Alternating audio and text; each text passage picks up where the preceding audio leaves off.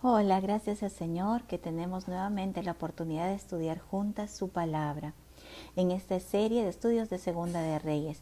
En esta lección meditaremos en el pasaje de Segunda de Reyes, capítulo 22, del verso 8 al 20, y veremos también el pasaje paralelo, capítulo 34 de Segunda de Crónicas, verso 8 al 28. Estemos atentos a lo que Dios nos tiene que decir. Vimos en la lección pasada que los reyes temerosos de Dios ponían empeño en mantenimiento y reparación del templo, de la casa donde el nombre del Señor se invocaba. Así que Josías había encomendado a hombres fieles a hacer lo propio. Los siervos del rey Josías entraron al templo a limpiar lo que su abuelo Manasés y su padre Amón habían arruinado y profanado el templo. Sabemos que toda obra de reparación y mantenimiento tiene un monto de inversión. ¿Quiénes aportaban para que se realice la obra? Vemos en el verso 4 de Segunda de Reyes que fue el pueblo los que dieron todo el importe que se necesitaba para hacer las reparaciones. ¿Por qué? Porque así el Señor lo había establecido. Por eso los guardianes de las puertas recogían del pueblo un impuesto instituido en la ley de Moisés para la manutención del templo. ¿Qué pasa cuando a una infraestructura no se le hace mantenimiento y no se atiende a las áreas que se deterioran? Las personas en un inicio pueden decir, uy, esa pared tiene una grieta, hay que repararla. Y esta expresión se puede repetir cuantas veces uno pase por ahí. Pero si nadie hace nada al respecto, la grieta al cabo del tiempo ya no se ve. Uno se ha acostumbrado a ella. Entonces, todos nosotros nos podemos acostumbrar al deterioro. Y esto no honra al Señor. Es como en una casa. Podemos encontrar que se ha descascarado una pared. Al principio nos podemos desesperar por remediarlo, pero si lo dejamos pasar un tiempo, ya no la atenderemos. Tan luego hasta podemos decir, mira, tiene forma de cerdito o cualquier otra cosa y nos acostumbramos al deterioro y terminamos amando la ruina. Conociendo el corazón humano, el Señor por eso estableció un impuesto a su pueblo para que sea utilizado en el mantenimiento de la casa donde se invoca su santísimo nombre. Nosotros, como cristianos, no estamos bajo la ley que tenía Israel como nación, pero estamos bajo la gracia.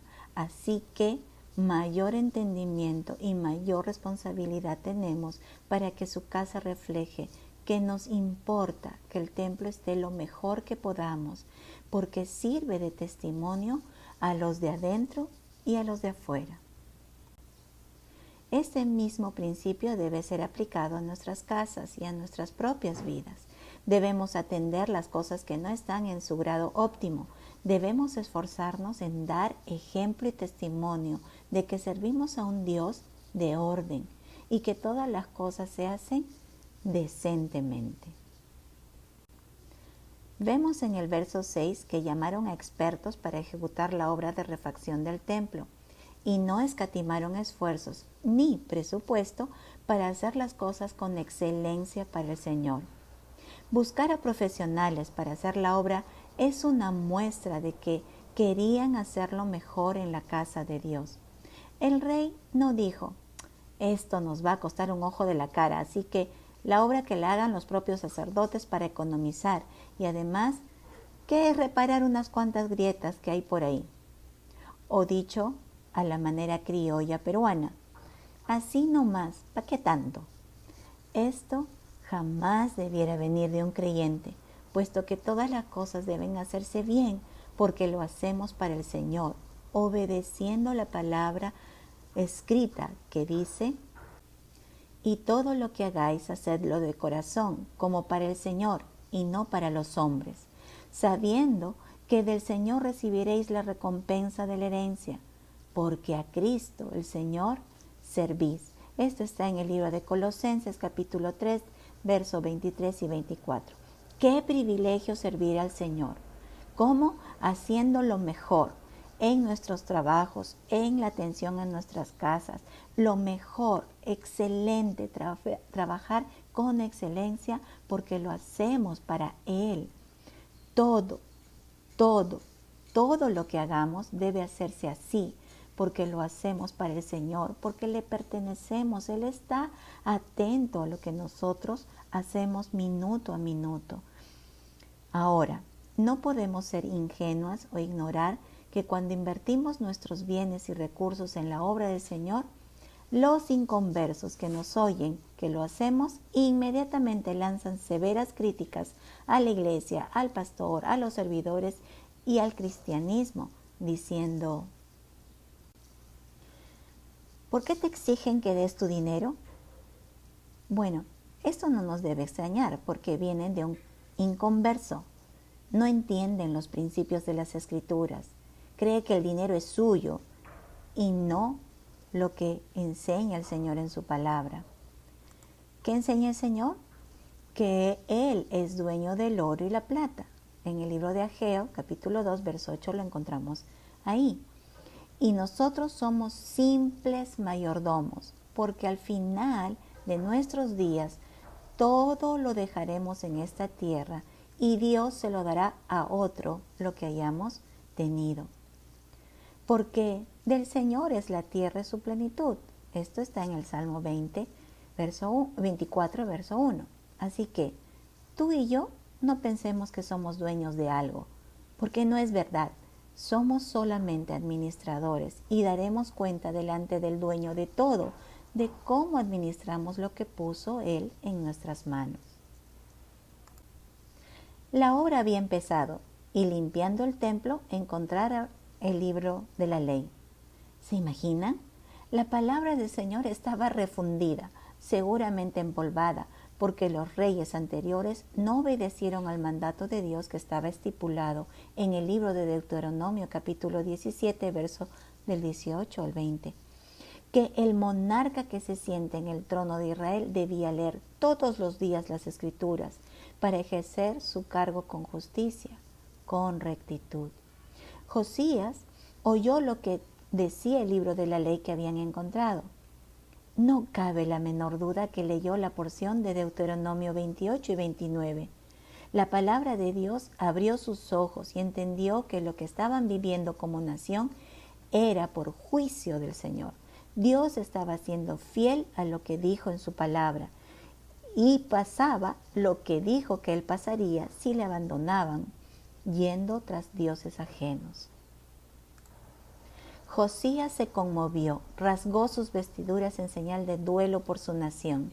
Dice en Segunda de Crónicas que el rey Josías dijo: andad, consultad a Jehová por mí y por el remanente de Israel y de Judá acerca de las palabras del libro que se ha hallado, porque grande es la ira de Jehová que ha caído sobre nosotros, por cuanto nuestros padres no guardaron la palabra de Jehová para hacer conforme a todo lo que está escrito en este libro.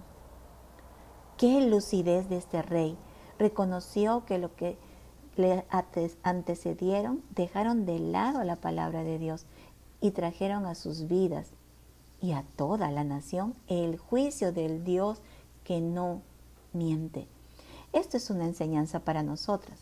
Dejamos de estudiar la palabra de Dios por nuestra autosuficiencia y menosprecio de lo que el Señor ha hablado. Recibiremos el justo juicio de Dios por haberle rechazado y manejarnos como a nosotros nos da la gana, sin considerar o también quizás cuestionar el escrito está. Josías no se satisfizo con entender la primera vista lo que había leído en la ley de Dios, sino que mandó a consultar acerca de las palabras que había leído. Es que el Señor ha instituido siervos suyos para instruir a su pueblo y hacemos bien en escucharlos y buscar consejo.